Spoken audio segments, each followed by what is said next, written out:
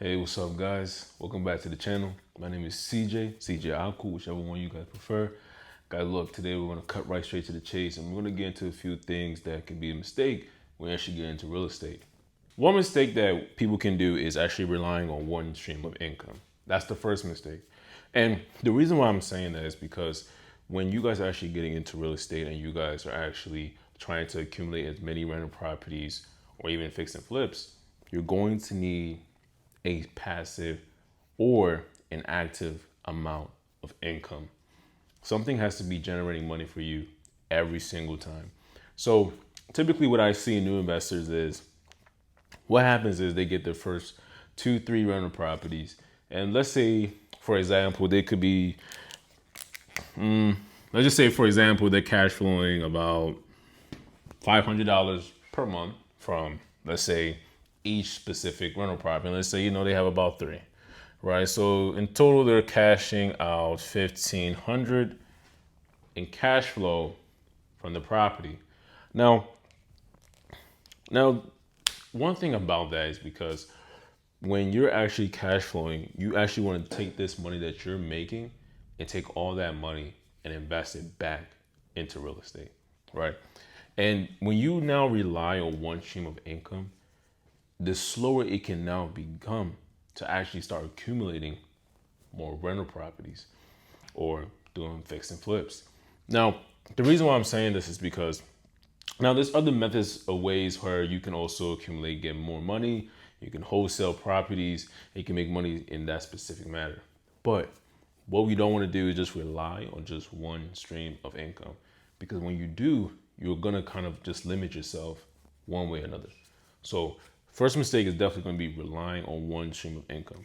That's one thing we definitely want to avoid. That's not something we kind of just want to go into. And the reason why being is because if, let's say, for example, let's say 9 times out of 10, when, let's say you have 3 rental properties, right? That's a very big mile achievement. A lot of people don't even have up to even 1 rental property. But let's say you have 3. And then let's say, for example, one tenant decides like, hey, I can't pay the rent, correct? When one tenant decides, hey, I can't pay the rent, what happens is that now your cash flow reduces. So now you go from making $1,500 per month in actual cash flow from your 3 rental properties to actually now making only 1,000 per month. Now, when you make only 1,000 per month, let's just say, give and take, that your specific rental property that individual can't make a rental payment anymore for. Let's say the mortgage for is about maybe, let's just say 1,100.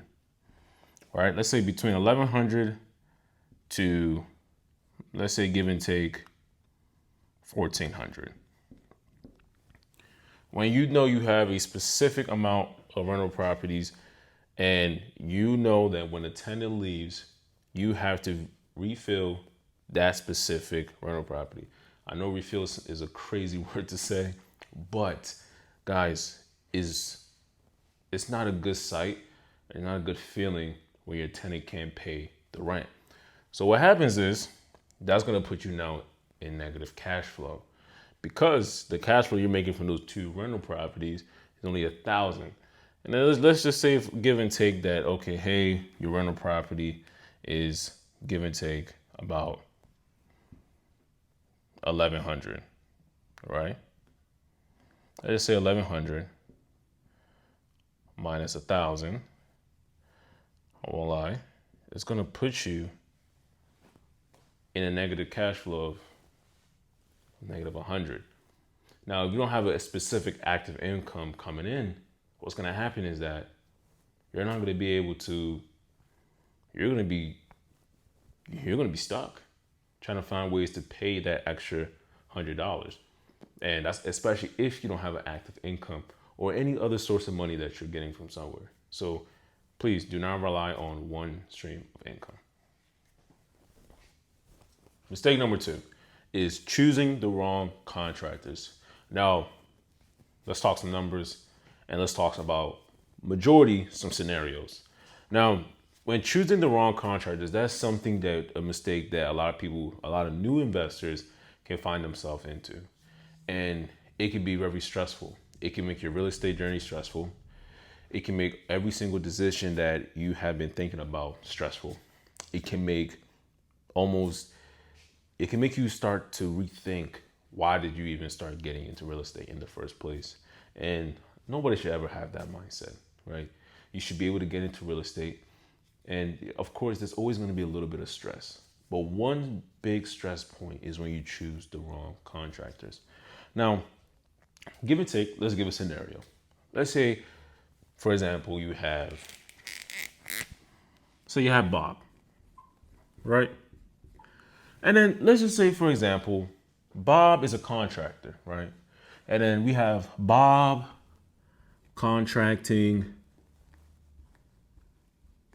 LLC, right? Okay, that might look like 3 C's, but just that's LLC. So let's say, for example, we have Bob Contracting LLC. Now, Bob Contracting LLC, they're based in the United States. Well, all your contractors should be based in the United States. Now, you have Bob Contracting LLC. And then let's say, for example, now Bob Contracting LLC wants to come to your rental property. The best way to avoid the mistake of choosing the wrong contractor is by actually hiring, boom, just one. Now, what I mean by that is this. Let's say, for example, you found a good contractor, right? But then let's say Bob Contract LLC, let's talk a few numbers. Let's say they charge you, give and take,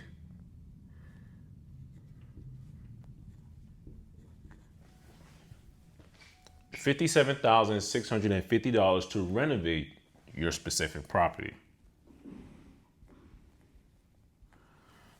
So Bob Contract LLC charges parts and labor $57,650 to renovate your entire Section 8 rental property, right? Now, let's say, for example, you say, oh, wow, that's perfect. Let's say, cool, you found a house.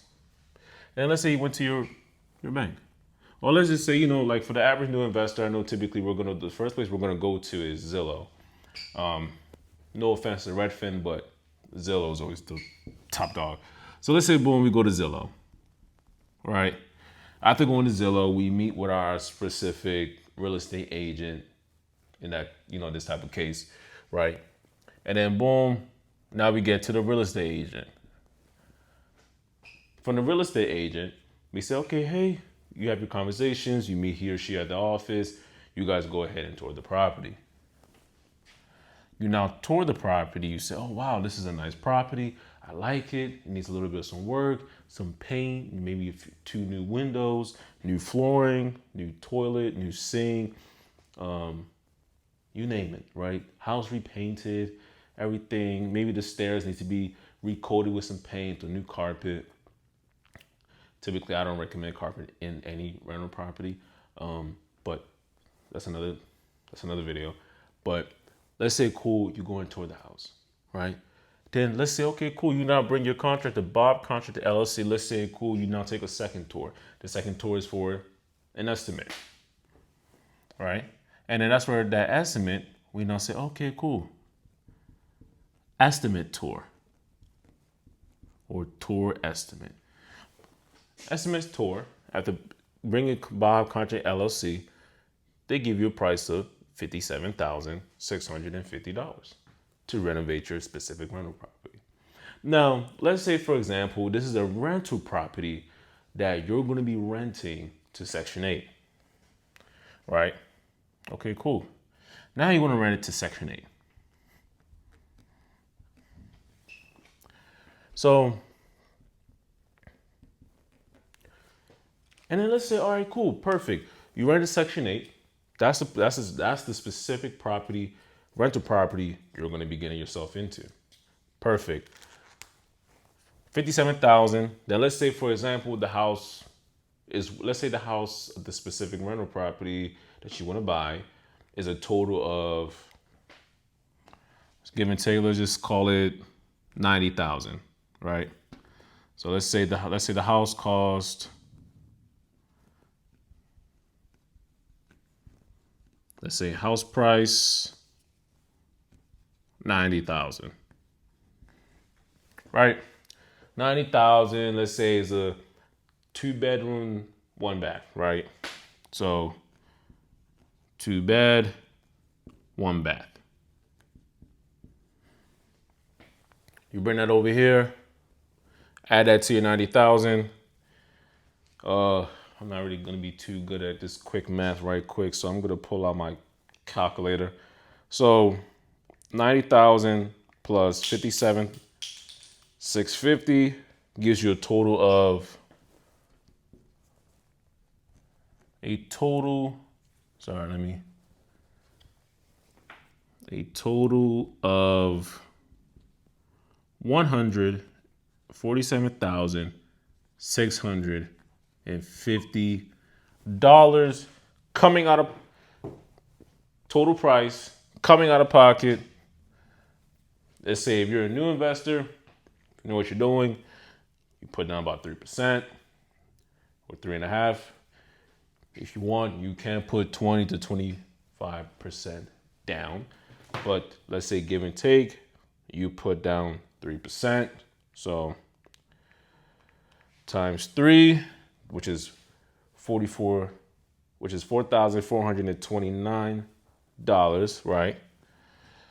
So let's say 0.3 equals $4,429 per se. Then, mind you, that's with 3% down.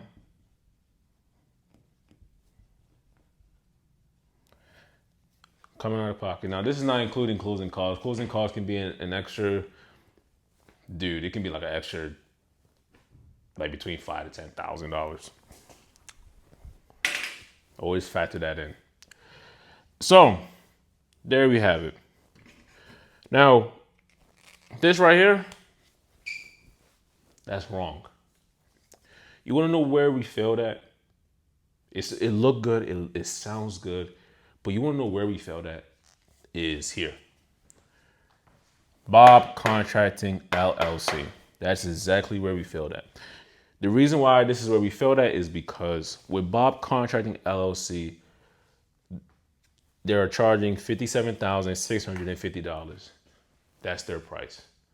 But did you ask yourself, okay, hey, this is my rental property. Let's look at some other candidates. You know when you apply for like a job application and you don't get the job, so they send you that bullshit email and say, hey, we moved over and we're seeking other candidates. That is what you need to do. You need to seek other contractors. So your mistake was putting all your eggs in one basket. You did not explore the other options. Now, you do not use this specific type of method in the dating world. We're not talking about dating. We're talking about real estate. So with that being said, you need to now go and look at other contractors, right? Let's say, for example, you find another contractor, and let's say that specific contractor is called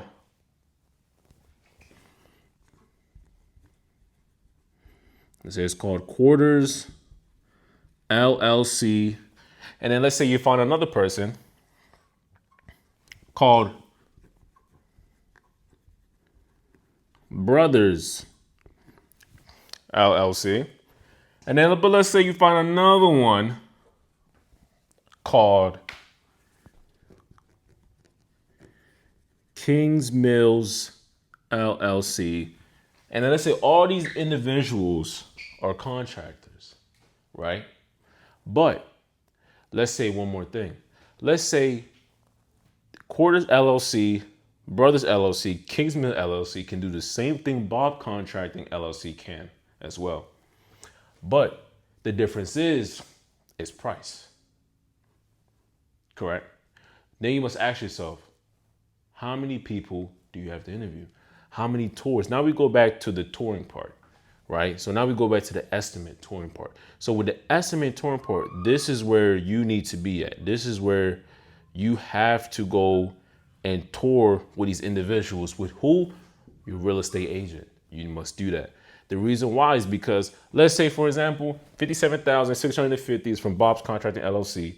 Quarters LLC, they're charging, let's say, a total of $32,000 to renovate the property. But let's say Brothers LLC is charging $27,000, right?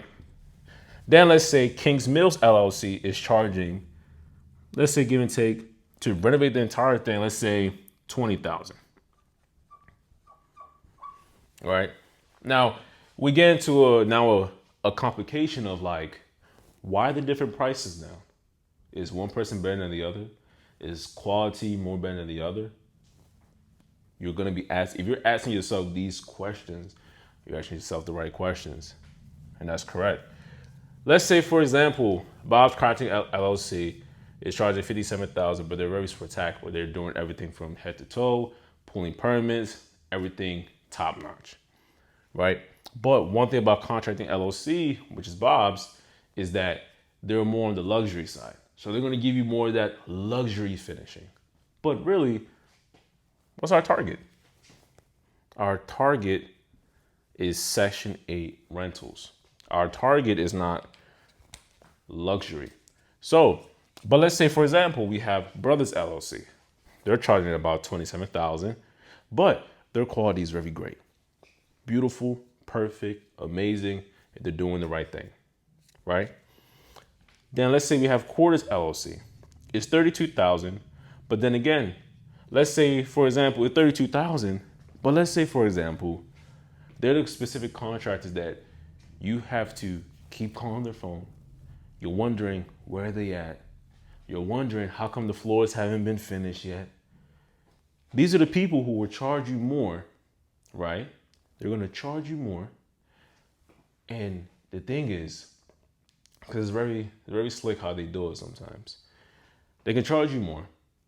When they charge you more, they'll charge you more in labor, knowing the labor is a little bit different, or they'll charge you more in materials, make money off you from the materials that they're buying, right? Let's say, for example, piece of plywood, let's say 14 by 16, let's say about a foot, maybe $1, $2, $3. But let's say they're adding an extra $5 on top of that. So a total like $6. They look at you, they say, okay, this guy's a new investor. This is first property. We'll get you. The next property, we'll look out for you. Avoid them. Those are the people you don't want to do. You don't want to go into real estate with. This is the team that you don't want to build a team with. Now, let's say, for example, you have Brothers LLC. Let's say with them, they're more organized. They're on time.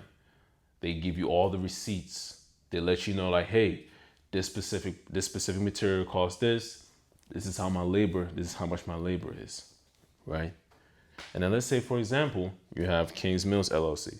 Let's say, for example, this specific team, they do good work, but they're not organized. They tell you $20,000. As they start getting in there, they did not give you a good estimate.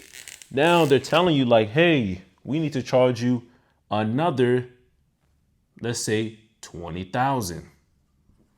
Because, oh, we didn't see this behind the wall. Oh, hey, we didn't see this. And then now your numbers are all over the place. Now, I'm not saying they're going to charge you an extra $20,000, but when you're actually getting money from the bank and everything, right? There's a specific limit the bank is going to want you to request, and there's a specific limit that they're going to want to hear from you. If you tell them $20,000, and you now go back to the bank and tell them, hey, you need another $20,000, this might not look good on your end. Especially if you pick this contractor and you already gave them their license, their insurance. So mistake you don't want to do is choosing the wrong contractor. Now, if you guys want, I can make a more longer video about this because this is very important. And I've chose a few wrong contractors in my life, and I don't want you guys to do it either. So mistake number 2 is choosing the wrong contractor. Mistake number 3, skipping property inspection. All right, we're gonna before we continue this one, guys, look, if you have any questions, concerns, whatsoever, please drop them in the comment section below. If you guys do like what you're seeing here and you guys want a separate video for this, for each specific mistake, please let me know in the comment section, and I will make a complete different video for each mistake. Or if you guys want to hear something different, let me know. But mistake number 3 is skipping property inspection. I don't know how to say this, but this can be like a hit or miss. So let's say, for example, you find a property, right? Let's say, for example, that property is somewhere located in a nice neighborhood and it hasn't been touched in 3 years, right? And for example, let's say as a new investor, let's say, okay, hey, you go on Zillow. Because that's where everybody goes to. You go on Zillow, or you have you already have a realtor you're speaking to, right? And then they send you like a link to like their MLS, right? And then that link, you can filter it down to, it shows you all the properties you want. And let's say you want properties under 100,000, or you want properties under 300,000. Going to Zillow, I mean, at the end of the day, they're both the same thing to me. One is more organized than the other. And the real estate agent is not going to charge you for that link. Using Zillow, same thing. Because guess what? Both of them are what? On market properties. So always remember that. All these are on market properties. Real quick, an off the market property is when the property is not on Zillow or the real estate agent and is coming from a private person. Remember that. Private. All right. Skipping an inspection. Let's say give and take. You find the property. Let's say the property is located on 123. Let's say the property is located on 123 Michael Jackson Road. And cool. Let's say cool. We get to 123 Michael Jackson Road, and we see this property.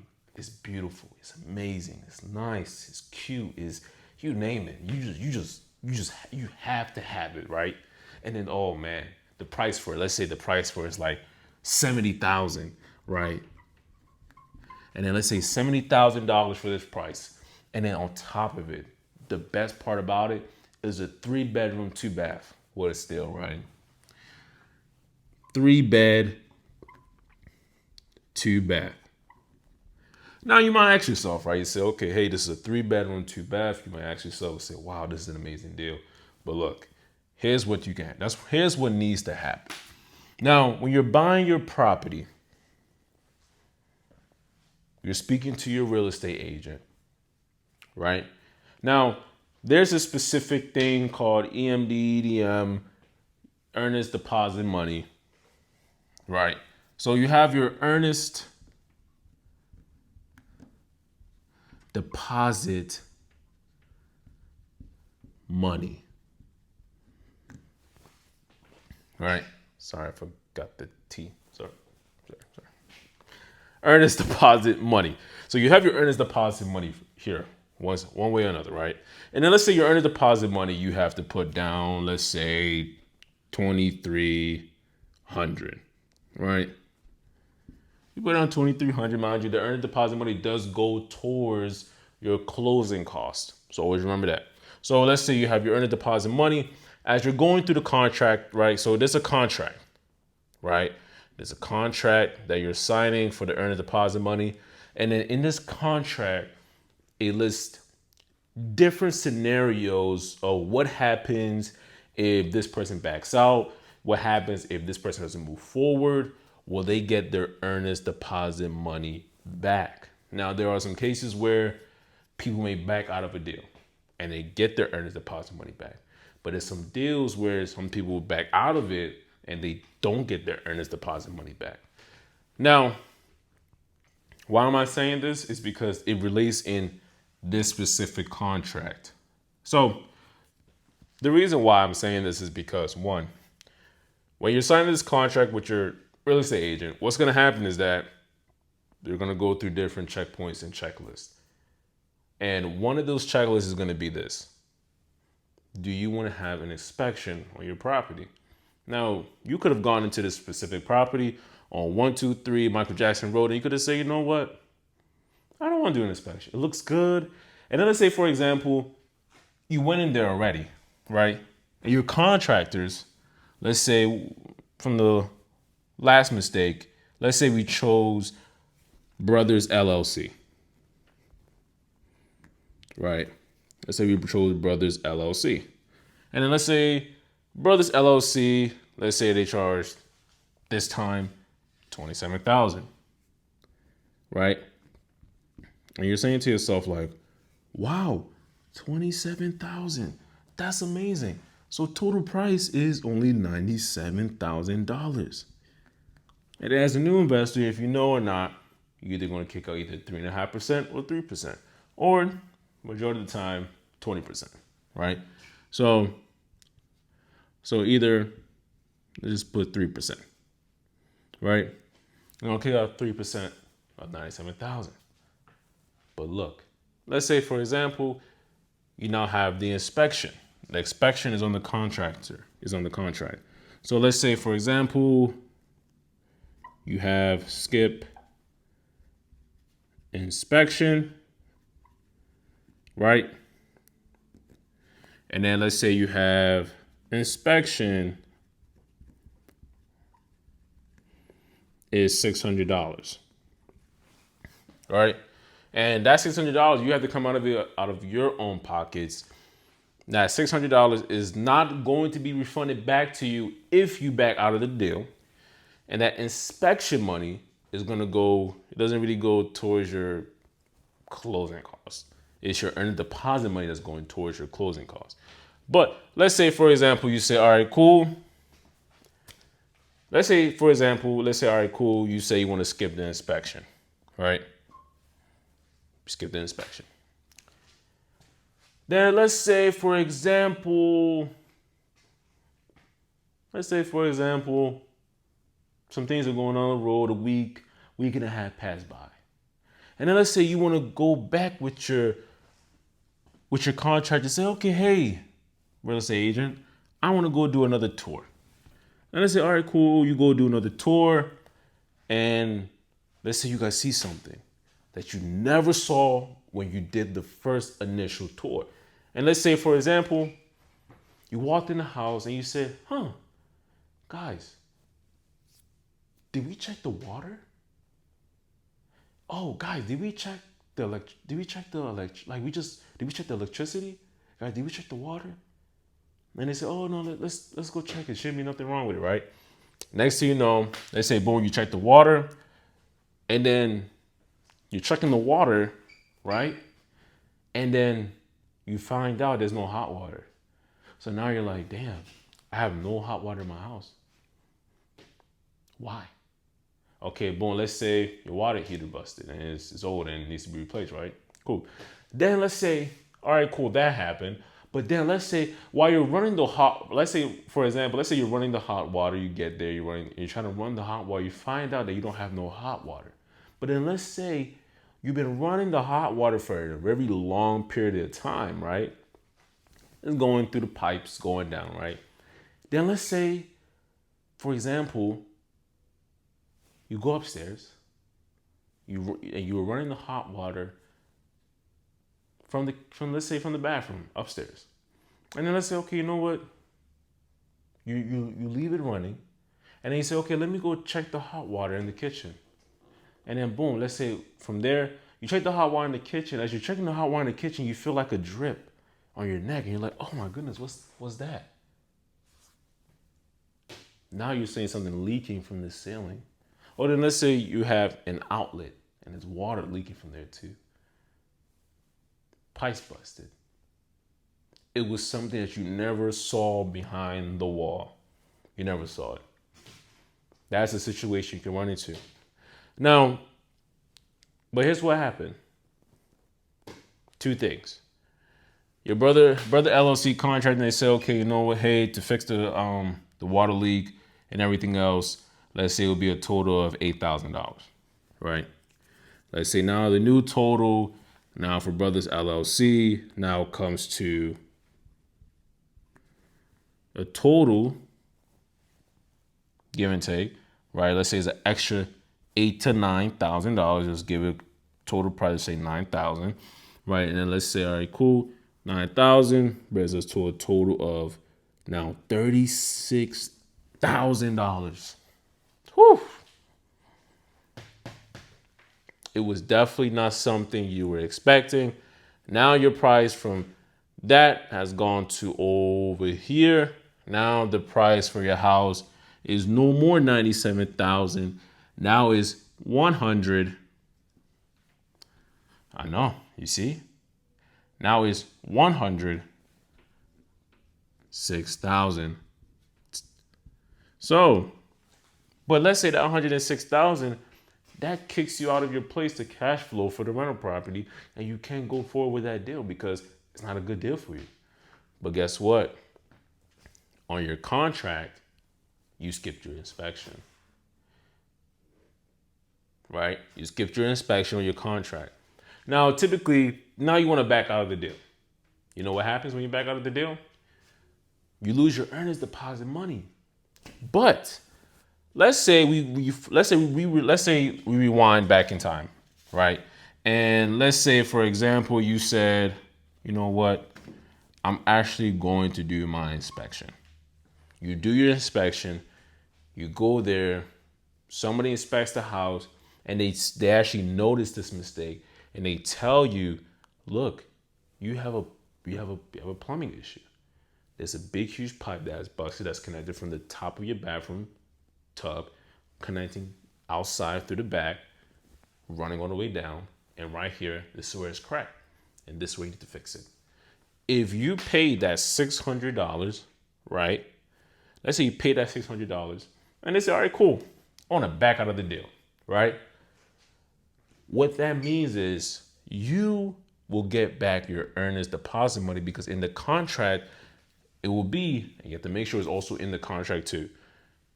If anything was found in the contract, such as a very overpriced mistake, with your specific inspection, during your specific inspection, if anything was found that you did not like, that could cause you more money than initially, you can back out of the deal and get your earnest deposit money back.